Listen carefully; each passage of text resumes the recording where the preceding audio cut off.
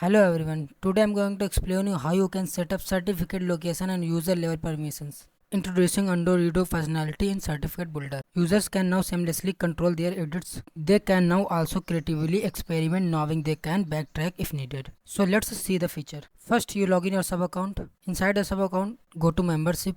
Inside the membership, go to certificate. If you don't have any certificate, you can create from this button. Now go to your certificate.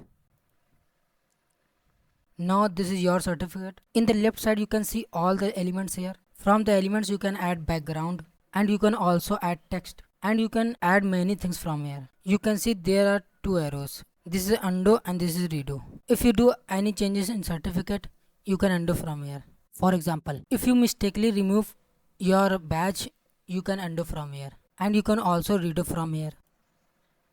If you don't want to click anywhere, you can do it from keyboards by clicking your shortcut keys. If you click Ctrl Z, you can undo it.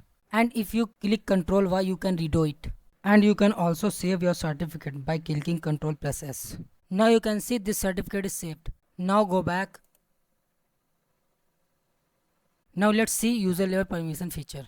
Introducing location level permissions for certificate module. Users can now enable disable certificate for respective locations. Go to setting. Inside the setting, go to my staff. Now select your staff and click on edit button. Now scroll down. Now you can see this is user permission. Here you can see the certificate option. If you turn off this certificate option, the staff will not access your certificate. And if you turn it on, the staff will again access your certificate. So this is all these features. After changing your settings, don't forget to click on save it. I hope you like all these features. Thanks for watching.